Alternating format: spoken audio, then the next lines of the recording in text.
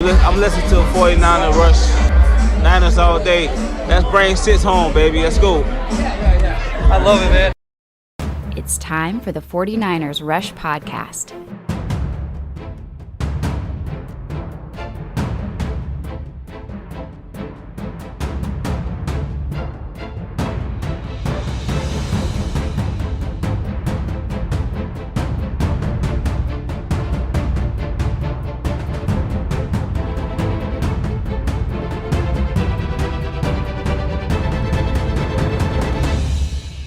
And here's your host, John Chapman.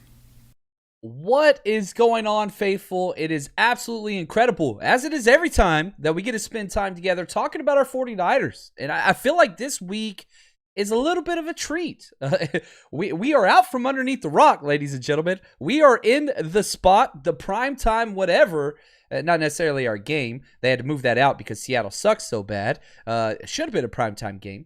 But the idea is this. The eyes are upon you, right? That's where we currently are. The 49ers are sitting in a wonderful spot as far as the playoff outlook goes, and they control their own destiny with a very favorable schedule moving forward, which we're going to talk about a little bit. But what I wanted to kind of focus a lot of this episode on, two things, namely, one, because of these injuries, which we're going to talk about here in a second, who has to step up and what that looks like, what track record have they put out, in reserve roles now that they're in the main roles. And then also I want to step back about once a month. I do kind of a step back and adjust your perspective on the 49ers players, their starters, offense and defense, and how they match up against the rest of the NFL. Pro Football Focus using that as a launching point and kind of seeing where that is. And literally just seeing, in metrics, where is Jimmy G among quarterbacks? Where is Debo among, wide receivers? Where is Laken Tomlinson among guards? And so going through and just charting that out. So we're going to go through that, some grades. I'm a teacher, right? I can't help it. The coaching standpoint can't help it. What's that player's bench press? What's that player's 40 time? What do we can do with that? I understand that the game of football is so beautiful because you can't measure everything, right? And that's why we dive into the film, which we do so much. And we've got a lot of film clips for you today from press conferences and also our Patreon breakdowns, going through the defense. I did the defense first this week, and I loved it because I thought the defense was the clear winner of the game, forcing the turnovers, stops on fourth down, all those different things. But we just finished the offense, and I talked for way too long. I think it was an hour and 25 minutes breakdown on the offense. Just finished and posted that over on Patreon. And, man, I walked away from that feeling much better about the offensive performance than I did during the game while I was at the stadium, right?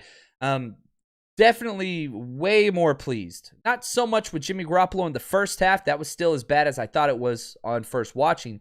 Second half, he was much better than I remember. He played very, very well in the second half, and a lot of players did. So thank you all for being here. I'm seeing all the hashtag CCs, and that's important, especially this week because, man, we got some gifts coming out, which I'm pretty excited about. And again, I talked about this briefly, and here you go. This is what we're doing giveaway. Next 2 episodes is going to be announced. So you only got so many times to get your hashtag CCs in. And here's why you need to do it.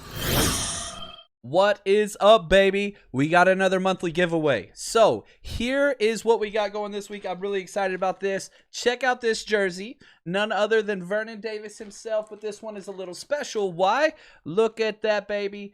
Right there, autographed with the authentication on there. So this can be yours for free. We do this once a month. Now, I'm trying to step up the giveaway game, especially during the season. So if you want to win this, very simple. Hashtag CC first 90 seconds of any live broadcast, you're entered. Go to Twitter account at JL_Chapman. You can retweet that giveaway one. That gets you entered again. And of course, Patreon subscribers always entered in every single giveaway that we do. We do this once a month. So now what I'm going to do, and this is going to be a little bit different, but I think it's going to be good. I'm going to come up with 10 names from those lists that I just gave you. And over the next week, I'm recording this Tuesday. So between Tuesday to Tuesday, one of the 4 times I go live, we go live 4 times a week here. I'm going to give a list of 10 names from those previous lists. And the first one of those 10 names to email me, 49ersrushpodcast@gmail.com, they get the jersey. So again, Countdown crew, turn that alert bell on. That is everything. If you haven't done so yet, you got to turn that alert bell on when we go live so that you can join us.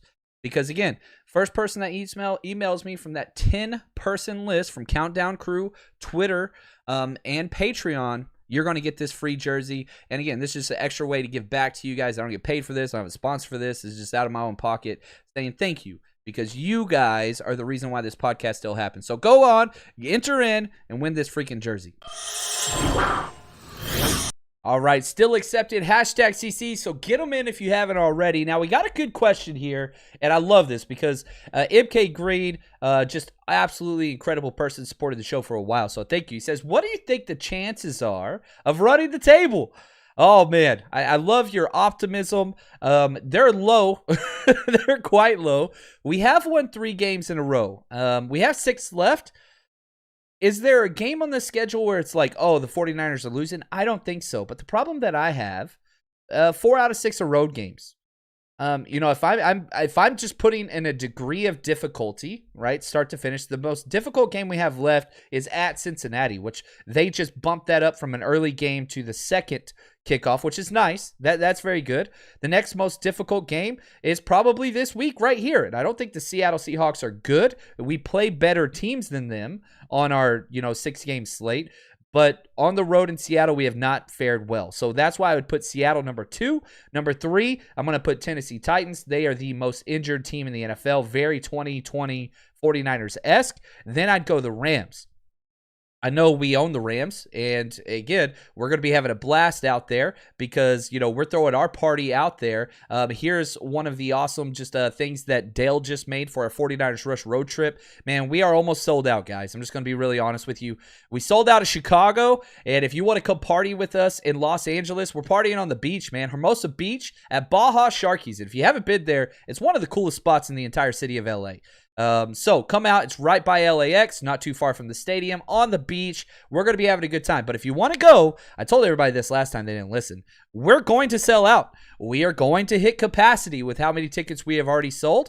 So if you want guaranteed admission, you got to buy tickets. We have just now started reaching out and formalizing some working with local chapters, and they're going to bring their people too. But I'm telling you right now, it's going to be the party for that Week 18 game. And it's going to be the biggest game of the year. Because here's the second part to Mark's question, and I love it. I don't think we're going to run the table. But then he concludes with this question. Do you think we have a chance at the 5 seed? And the answer is, hell yes, we do. We are 1 game behind the Rams. And we play the Rams. So if we just break even with our record with Los Angeles the rest of the way, and then we play in Week 18, we win, that bumps us to the 5 seed. And here's why that is the most important thing. The difference between being a 6 seed and a 5 seed is you play the worst division winner, which is going to be a team from the NFC East. There's no doubt about that. So would you rather play the Dallas Cowboys or would you rather play the Buccaneers? And I think we all know the answer to that. So that is huge. I think that I haven't seen this bet up on my bookie, but if I could bet for the Niners to finish above the Rams, I would bet that. That's how I feel because their schedule is much difficult than ours, and we play them, and I feel like we're going to win that game. That's going to be the best game of the year, guys. It's going to be the best. So I consider us being the favorite for the 5 seed currently. I think that's where we are right there. Now let's jump into some injury conversation. Let's listen to the head coach himself. It's a long list, but it's not as bad as it should be. Hasty ankle limited. Maurice Hurst calf limited. Bosa won't practice, just a rest day. Fred Warner hamstring won't practice. Elijah Mitchell won't practice, just a rest day. Trey Sermon ankle won't practice. Greenlaw groin won't practice. Marcel's in the protocol. Debo groin won't practice. Mac just a rest day, won't practice, and Trent Williams rest day. A lot of injuries. The good news is none of them are too severe. So that was Wednesday's press conference. Today, this just came out. Jermichael Hasty and Hurst were limited again. Fully expect both of them to play. Kyle Shanahan was asked, and he said, are these guys going to play? And he said, quote, yes, when asked if there's a chance they play this week. So I expect them. Hasty's important because he'll be the third down guy. That gives Elijah Mitchell a little bit more break so that he can run more on first and second down. And then if it's third and short, he'll still be out there as well. And Hurst, we are now looking at, and I think this is important, very important, 4 formidable defensive tackles. Eric Armstead's been good. DJ Jones has been the best of the bunch. You don't get that Aziz interception without DJ Jones. He's balling out. And, of course, we got to talk about Kevin Givens, who might be the best of the bunch. And now he's not playing near the snaps. But what happens when Mo Hurst comes back, now Kentavious Street, who only played 5 snaps last week, mind you, that's his role. You're too deep at defensive tackles now with guys who aren't a liability. We haven't been able to say that all year. All year. Because Givens or Hurst has been hurt the whole time. Or Kinlaw, right? Well, Kinlaw's gone. He's done for the year. But now we have 4 DTs that we can rely on. And guess what? We have 4 defensive ends as well. Sampson's coming off of his best game. Nick Bosa's the best ever. Kerr's playing great. And Charles Omenihu. So now we have a solid 8-man rotation on the D-line, which is exactly what we need. Especially chasing around Russ all game. We're going to detail the next episode that we do Friday or Saturday. Son's got a game Friday. He's playing flag football. He's in 8th grade. Not sure if I'm going live Friday or not. But Saturday, worst case scenario, Saturday morning we'll be going live. So that's there for there. Now, this question, Drew. Any news on Lance? He's been very quiet since his injury. 100% clean bill of health. No issues whatsoever. Kyle Shanahan documented a little bit.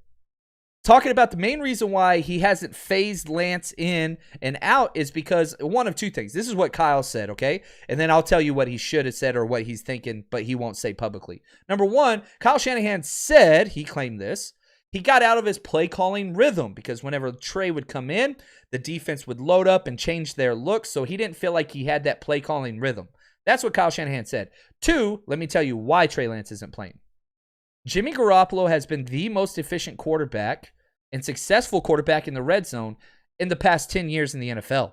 The 49ers are first in red zone scoring, and that was the big reason why Trey Lance was brought in. If you look at Kyle Shanahan, over the stretch of time he's been with the 49ers, even whenever he was with the Atlanta Falcons, you remember when Matt Ryan had his MVP year and all that stuff, they went to the Super Bowl and lost. They were still bad in the red zone, settling for way too many field goals. This is the best red zone offense in the past 5 years in the NFL. So that's why Trey Lance was brought in. One of the main reasons. He's got to be the quarterback for the future. But as long as Jimmy keeps getting touchdowns in the red zone, again, think back to week 1. Who threw the first touchdown pass of the season? It was Trey Lance.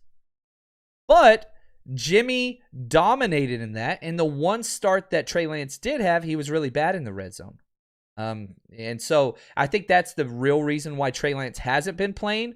But it has nothing to do with the injury, Drew. He is 100% safe. He's fine. And even in my breakdown, there were a couple offensive plays where they got chased out of bounds on the 49ers sideline. And Trey Lance is right up in there, all pumped up, jazzed up. And you love to see that with a rookie quarterback. He's not somebody that's sitting there pouting on the sideline because he's not getting his chance. That's not who Trey is.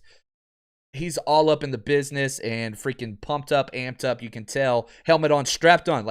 A lot of players don't even have their helmets on. Quarterbacks usually have their helmets on because you can hear the play call, but he's strapped up, ready to go. He hasn't played 3 games. He took a couple snaps a week ago, but he's ready to go, and so I love that. Devin, my man, good friend. So excited for this weekend, but I am 100% more excited for the road trip. Oh, yes. Oh, man, I'm so excited. And he tells you, better get your tickets. Devin's helping us. We're still looking for a tailgate and how we're going to organize that. He's the man behind the scenes. Get your damn tickets, guys. I can keep telling you, but man, in Chicago, it was awful whenever I couldn't let more people in because of the fire code. And I was like, who got their tickets? You get in. And they were like, oh, we didn't buy them. We were going to buy them, but we forgot. Or whatever. We were going to wait and we didn't. So please get your tickets there. Raymond, what do you think we're going to lean on heavily this coming Sunday? Besides the running game, pressure on Wilson or stopping the run. Again, we're going to do a full episode on that, but it's so simple, okay? Seahawks cannot run the ball. Cannot. They're averaging less than 60 yards a game over the last 6 weeks. They can't run the ball at all. They can't stop the run at all. It's very simple. They're a very one-dimensional defense. They're a very one-dimensional offense. And so both of those play into the hands of the 49ers, but here's the but. Still got Russell Wilson. He's not playing well. He's not Elijah Mitchell whenever it comes to finger injuries. He's not. He's way worse. I think that's funny. I just said that. But anyway, Russell Wilson has had our number. That's going to have to change, right? That's going to have to change. Sergio, Debo is saying just one game. I'm hoping so. Now, if we look at the players who missed today's practice, Dre Greenlaw, Marcel Harris, Debo, Trey Sermon, Fred Warner. The worst injury of all those is Trey Sermon. I don't think he's probably going to go on IR. That's just my guess, especially with Hasty coming back. I hope he doesn't. I don't want anybody going on IR, but that was the most severe injury. Debo, I think, is the most light, and I think Greenlaw is. But the fact that Greenlaw's not playing today, practicing today, I don't think he's going to be playing this week. I really, really don't. And this question was posed to Kyle Shanahan. I thought this was awesome. Who is the leader of the defense without Warner? Because he's, the linebacker calls the plays. And, we'll talk Nick Bosa in a little while. But this answer I thought was interesting. Yeah, I think it'll be Aziz. When I look, Fred's a leader and stuff. But, on game day, it's not like the big pump-up speeches or anything. It's how he does his job on the field. And Fred's the leader out there because he's the quarterback of the defense. He gets the calls. He gets everyone lined up, being the Mike linebacker. And this week that'll be Aziz, who's, I think, more than ready for it. It's going to be Aziz this week. That's just what it is. Oh, look at this. Erbo. He says, my first time watching you live. Dude, appreciate that. Hit that notification bell, baby, so you can join us more often. We do this 4 times a week. And next year is going to be even more because I'm going to be able to focus a lot more attention on this. So we got this. I love this. Jason, wife got mad at me for having Patreon because I was on my computer all the time. Yeah, man, we load a lot of content. And I understand not everybody's going to watch that much. We all got lives. I get it. But my whole plan with Patreon, and I don't think I do a good enough job explaining this, is to create and provide as much information to create the educated fan base to enjoy the game. I do the same thing teaching, right? I overload my kids with study materials and all those things because it's a little bit different for everybody. Some people watch all the videos. I see who watches them. Some of them watch every single minute of every single one. Some of them can catch 5 to 10 minutes each. But what it does do is if you spend time, okay, the more time you spend, the better you are as a fan and you understand, and everything just opens up. It's like the Matrix. That's what it is. It's all time on the film. And if you don't know what you're watching, I help you learn what to watch. And yeah, it can be consuming. And we're putting out so much damn content on there. We've got the Rush Hour, which is our weekly or bi-weekly non-49ers podcast, just creating extra content. Somebody will say, hey, man, you should do a show on this. And then we do a show on this. Somebody asked, why don't you share a little bit more of your personal life type stuff and like why you got into podcasting or teaching or whatever. And I thought that was awesome. So next week, I'm really excited about this. It's just on Patreon. Next week, Dale's going to come on and we're going to do a little bit of behind the scenes a little bit and maybe understand what Patreon's about and what this channel's about and what, I'm about outside of just 49ers. So there's so much stuff over there. Patreon.com, 49ers Rush Podcast. And if you can't watch it all, I don't blame you. But it's there if you want it, and you can go back. I catalog everything so you can watch it in the off season. And as soon as you join, you get access to everything. Over 250 plus hours of content. You get it all right at the start. So I'm not trying to cause marital problems. Anyway, Mr. Superfly, what do you think is going on with Russell Wilson? Not that I have a problem with him being bad. It's one of the worst offensive lines in the NFL. And I said this over and over and over again. This is the worst Seahawks team in a decade. Like I told everybody, they're coming in dead last. I have the receipts. You guys watched the show. I said this was my rankings. 49ers 1, Rams 2, Cards 3, Seahawks way distant from everybody else. I bet really big on the Seahawks not making the playoffs. I bet really big on the Seahawks not winning 9 games is what it was set at. We're gonna cash in big on those. Now, I was wrong with Arizona and the 49ers. Those were flipped. But Seahawks were just a bad team. And so they keep getting worse and worse and worse. And without Chris Carson back there, it's a one-man shop. And that offensive line's so bad. And so if Russell Wilson is not all-world quarterback, they're bad. And he hasn't been an all-world quarterback since he came back. So we'll have to see kind of what that looks like. Now, sticking with the whole Aziz thing, This was one of the clips that I love. Here's my thing with Aziz, and some people think I don't like him. I don't know where that comes from. I call out mistakes, and mistakes stand out to me as a coach because I've always coached and taught a sound gap scheme on defense where everybody has one gap, and if there's a play that breaks loose, it's because somebody didn't do their job. Well, Aziz, very similar to Kaywan Alexander, and the fact that he is 1,000 miles per hour all the time and can make splash, amazing plays. But he also makes a lot of mistakes. And we saw with the interception, we saw with the fumble recovery, tackle for loss, all these great plays. Career day for Aziz. He was incredible. This play, which will never show up on ESPN or whatever else, this play was where I got excited. Okay? And it's just a routine play. But this is something I've not seen from Aziz. And whenever I saw this, I got a little excited. Like he's got to get blown off the ball, but he's stunning across. Or does he just read it? Yeah, he look at this. How many guys swim move in the run game laterally and understand where to just keep going to the ball? God, that's a good play. Really good play. Let's watch Samson out here. Comes up, takes on the block. Nope, that's Aziz. Aziz comes in. Aziz feeling it now. Watch Aziz. Watch him crash right here. This is a play side linebacker. Play side turns it back to your help. Watch him come in and play with the correct shoulder. Boom, right there. That's the way you take this on. And again, if you don't make this tackle, that's okay. But you want to turn him back to your help inside, and that's exactly what he does. That's a really good play by Aziz. We've seen the splash Kaywan Alexander plays. If we can get Aziz to be just a little bit more technical and fundamental, sky is the limit because he has the big explosives that we've seen, and they're incredible.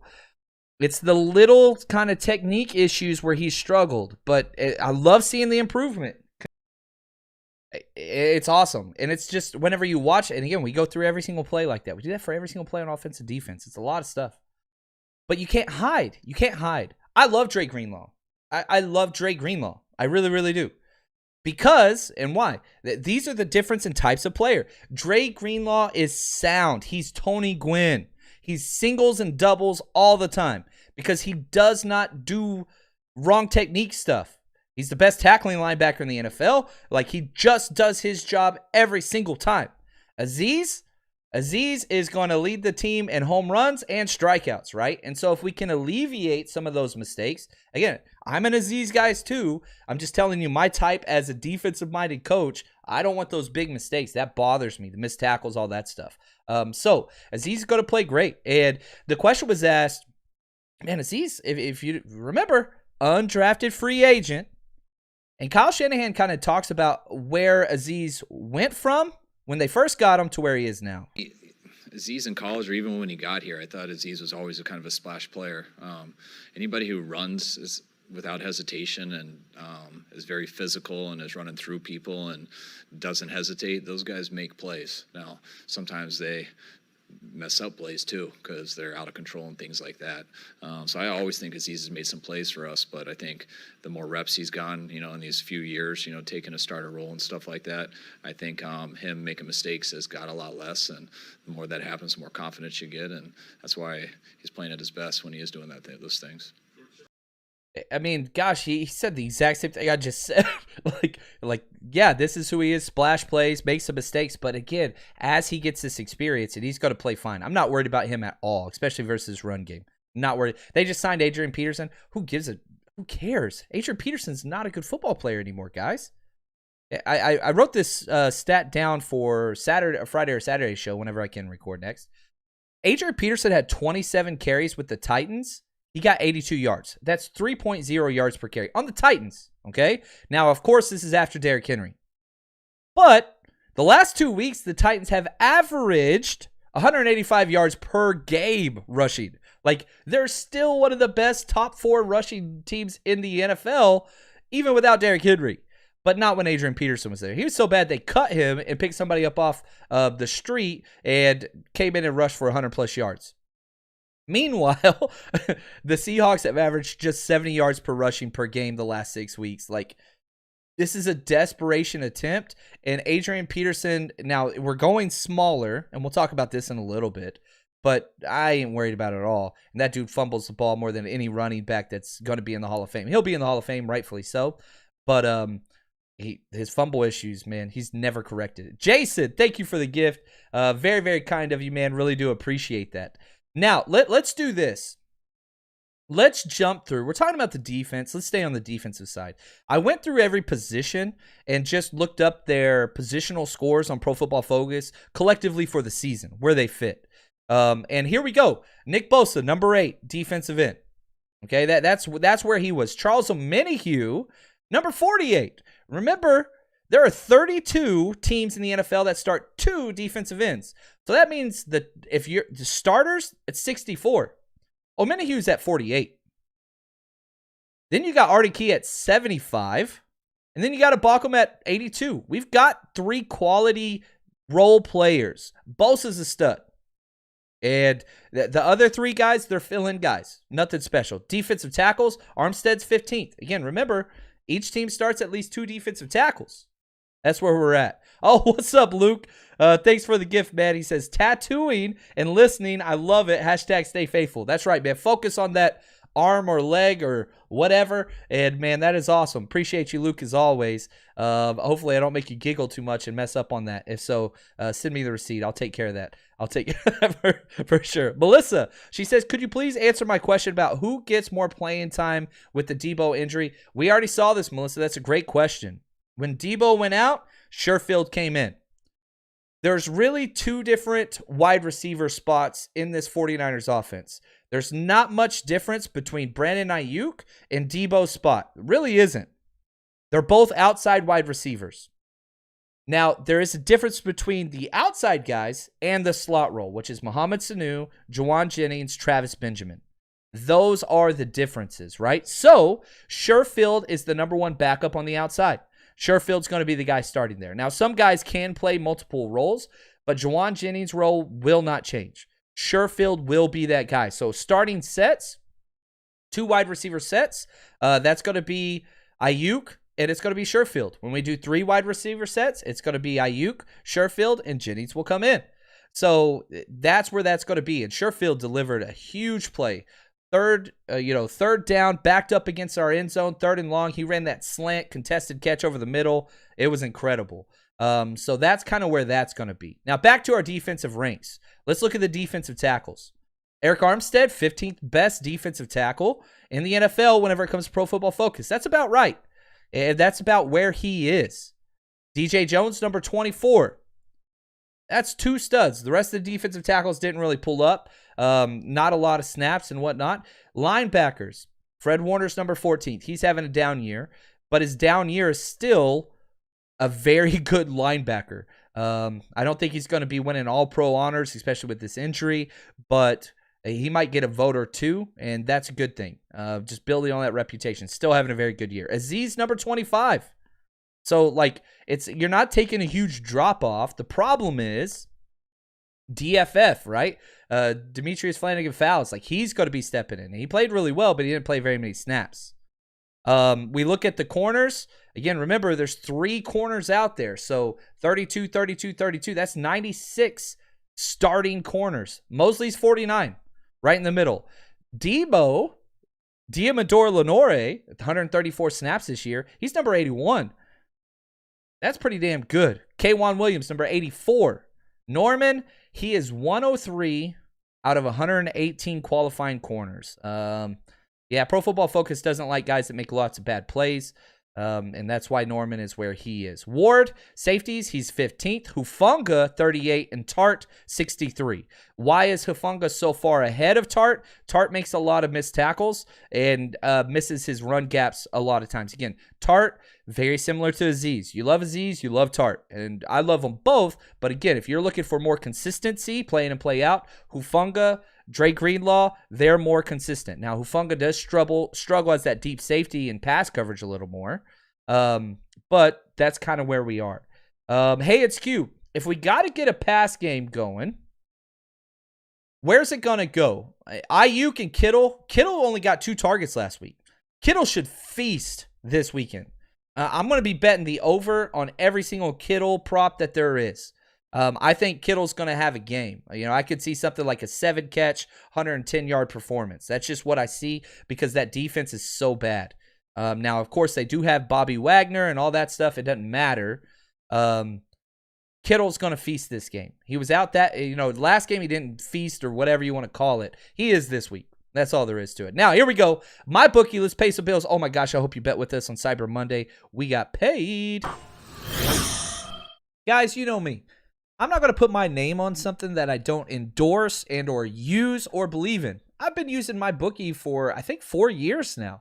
Never had any issues whatsoever. Easy to get money in, easy to get money out. And the best thing about it is you guys know, if you use our promo code 49ERS, 49ers, they're going to double your initial deposit. So whatever you put in, they're going to add that on top of it. Now, they've been having crazy specials lately, and we've been hitting on all of them. We have done very, very well this year. We had a couple rough weeks, but now we're doing well. So what I want you to do is head over there and just give it a shot. Now, you can start with something as small as $5 to $10. You can go all the way up to $1,000, and they will double that as well. But if you're not betting with us, you're making a mistake. And they can bet on anything from casinos, blackjack, all that kind of stuff, to UFC, to politics, to college football, baseball, basketball, whatever there is, you can bet on it there. And again, my favorite thing about them is if you have any questions and if you're new to the betting world, that's okay. Call their customer service. They have everything that's going to explain it to you and help you out to understand what rollovers are, how that works with these bonuses and all those things. There's no questions. So head over to mybookie.ag. Use promo code 49ers, double your initial deposit. And again, bet anytime, anywhere with MyBookie. Now, I always tease bets on here. I usually give one out, and I do a whole bunch on Patreon. And, man, they had a Cyber Monday one, which if you watched our show or were on Patreon, it was a free $100 bet on Monday. I put the full 100 on Washington to cover, and they did. So if you bet with us, you won $100 for free. And on top of that, the bonus was this. You got another $100 free play for Week 13 this week. You have to spend that full $100 free play, which means it's not money out of your account. They're literally giving you $100 to bet on whatever you want this week. So here's my $100 bet this week. I'll give you some more on Sunday as we get closer, but it involves tonight's game. I'm doing a 4-team teaser with the full $100. I'm betting NFC West, and I hate to say this, I'm betting the Dallas Cowboys. Not so much because I like the Cowboys, but because I really do think the Saints are a terrible, terrible, terrible football team. They're missing both starting tackles, Alvin Kamara.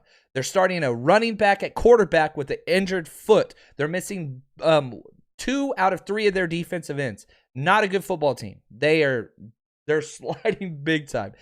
Cowboys getting back Amari Cooper. They're getting back a lot of guys. I think they're going to do well. And the fact that their head coach is out with COVID is another positive because I think they have the worst head coach in the NFL, one of them. So here's my 4-team teaser. I'm putting the whole 100 on this. I love this. And again, it's a +7 teaser.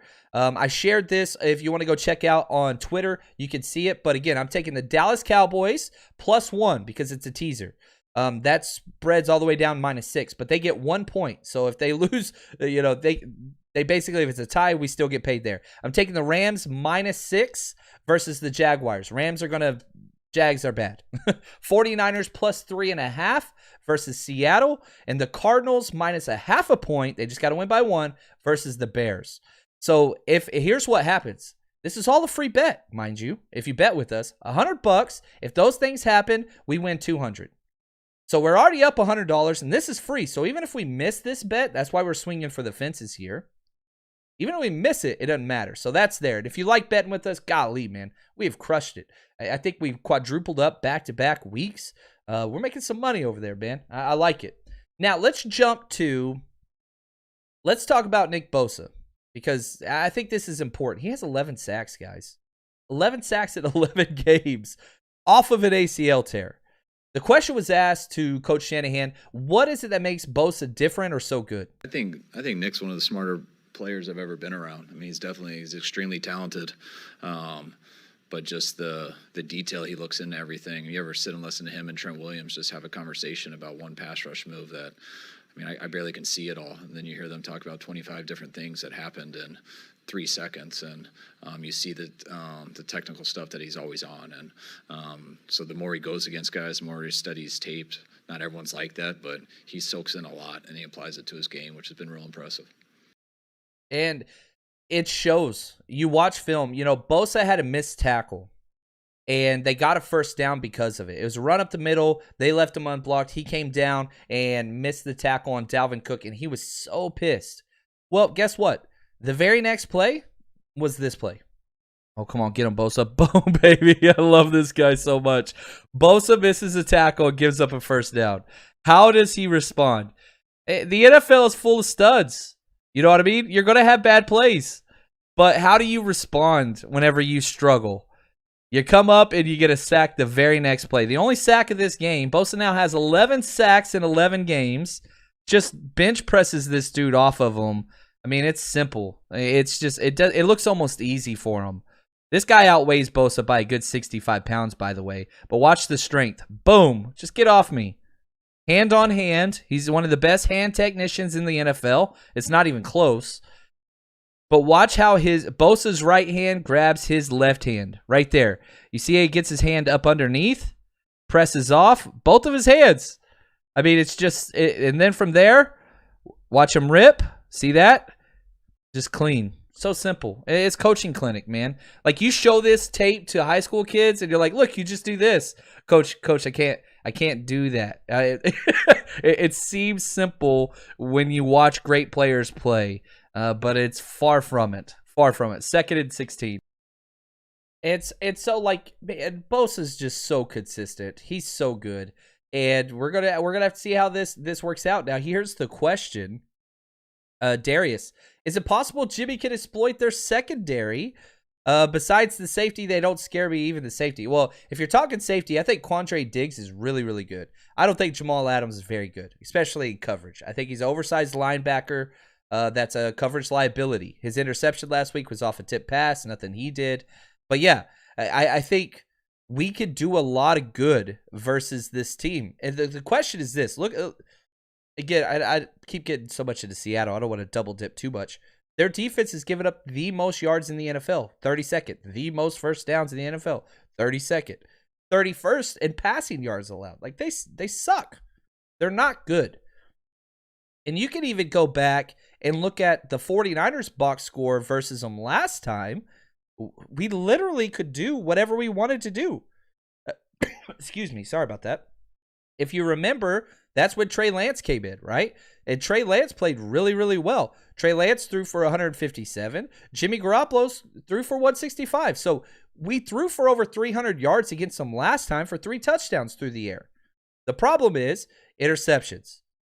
Jimmy threw an interception. We had a couple sacks. We couldn't capitalize on offense the first half. You remember, that's when we had 5 forced 3 and outs, the defense, and we still lost. Here's another thing. One team, 2 times this year, a team has had 5 straight 3 and outs on offense. It was the Seattle Seahawks both times. So, like, that's who they are. They're not good. They're not good. Yeah, they've got great wide receivers. Quarterback's really, really good, whatever. But that's the issue. Now, the question is, without Debo, what's that look like? Debo is Offensive Player of the Year as far as I'm concerned right now. That dude is just incredible. He's got 5 touchdowns this month. Rushing the ball, receiving the ball, whatever. It doesn't matter what he does. And so the question was, like, to Kyle Shanahan, how do you make big plays without Debo being in? Yeah, it's usually like that. I mean, it's you give plays to whoever can do them, however, which way, whether, and it works in the pass game and the run game that way. But some stuff you've seen Debo do. George has done that before, not as much. We've had Ayuk do it before. So, if you think it's effective, then you do it. Yeah. And so you find different ways to do, putting Ayuk back there, which is where that question was framed around. And so, yeah, you can find ways. We're not the same offense without Debo. We're not. But you don't have to be that offense. You don't have to be that set offense. Sustain drives. Don't turn the ball over. You win this game. Very, very simple. Melissa, she said, no, I'm sorry. Here we go. Yeah. Interesting question. Who would you rather have favored for comeback player of the year, Debo or Nick Bosa? I don't think Debo's going to qualify, even though, like, yeah, for sure. He had a rough year, in and out of the injuries, whatever. Comeback player of the year is already going to Dak, sadly. I hate that it's like that because everything's a quarterback position. And Bosa should be in the conversation, but he's not going to be, unfortunately. He should be, but he's not going to be. But if I had to pick, yeah, it'd be Nick Bosa. What he's doing is just incredible. It's insane. He's been really, really good. Now, let's talk about Hufanga, because I think he's going to get a lot of playing time. We're going to have a 3-safety look pretty much the entire time on defense. And we saw this in the game once Warner went out. And we've been doing some dime looks with 3 safeties, but it's going to be like that nonstop. Hufanga, I love this dude, man. I like this kid too much. I'm becoming a fanboy. Watch him play in linebacker just last week. I expect to see more of this. We got all these backers plus Huff in the box. I mean, that's a rough run against. Look at Hufanga get in here, man. You can tell him he's, a safety all you want, but make no mistake, this dude's a linebacker mentality. Look at him, man. Near foot shuffle. Gets in there. Just gets in on the play. I mean, he's not going to be the guy that's going to come in and stuff somebody like Dalvin Cook, knock him backwards. That's not his goal. But he's going to be where he needs to be in the run game for sure. He's good, man. He's good. He's really, really good. So we kind of see, and that's the whole thing. Let's go through and address this. What is this defense going to look like with the injuries of Greenlaw and Warner? I think that's what it's going to look like. I think you're going to stay in your nickel package and a 3-safety look. And that's just what it's going to be. We might just have Azeez out there on a lot of plays as the only true linebacker, right? So who do we need to lose tonight? This sucks. You need the Cowboys to win. You need the Cowboys to win. You have the Saints at 5-6. You need to create distance with the Saints because we don't play them. So tiebreaker is going to go to conference record, okay, with the Saints. If we're tied with the Saints, it's going to conference record. They're 1 game behind us, and if they win this, we're going to have the same conference record. And then it goes to strength of victory, and they beat us. So I know it's hard, but the Cowboys winning is a good thing for the 49ers right now. The Cowboys winning is a great thing for the 49ers right now. So you got to pull for the Cowboys. If you're just concerned with, okay, what helps the 49ers playoff chances, this is it for them to lose. That would give us a full 2-game step up on them, and we wouldn't really have to worry about them too much at all. And it's a loss in conference, which would put them below us even if we did tie, because that would give us that tiebreaker as well. Now, before we jump out of here, I want to jump through our offensive players and where they rank amongst their peers in the NFL. Again, these are pro football metrics, so take them with a grain of salt. I'm not the biggest pro football focused guy, but I do think that it does a good job of taking snapshots of every single play, even though I disagree with a lot of those, but it's a launching point. Jimmy Garoppolo, he's the 22nd rated quarterback. Now, he is ascending. He was like all the way at the bottom after the first 5 or 6 games, but he's slowly climbing. Elijah Mitchell, number 18. Which is a lot for that rookie. He's got some bad grades in pass protection. That's why he's a little bit lower with that score, but 18 sure as hell ain't bad for a 6th-round rookie. Debo, number 5 among wide receivers. Brandon Ayuk, 50. Now, again, make sure most teams start 3 wide receivers, so that's 96 starting wide receivers. That's about right for Ayuk. He had a slow start, but he's picking it up. Sanu, 86. Kyle Juszczyk, the 6th fullback. That was a little shock to me. George Kittle's number 3, only behind Gronk and Mark Andrews. Charlie Warner's number 8. Charlie Warner is having a freaking year. I love this guy, man. He is balling out. Trent Williams, number 1. He's got a 98.2 score. He's the highest rated player in the NFL, regardless of position, and could possibly finish with the highest score ever for any player at any position. He's incredible. McGlinchey was 36. Which is, yeah, I mean, he was playing all right. Lakin's number 16, Brunskill 41, and Mack number 12. So, again, just kind of looking at where everything is and just getting a snapshot. Now, again, remember, we'll have one more episode dedicated just to the Seattle matchup with our bets of the week. I gave you the big one.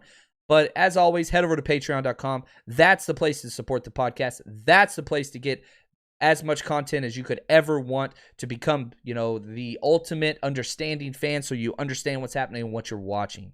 Appreciate you guys, the support. The positivity is always awesome. And we're giving away that Vernon Davis signed jersey next 2 episodes. Get those hashtag CCs in. That's what you got to do. Appreciate you guys. And as always, stay strong, faithful.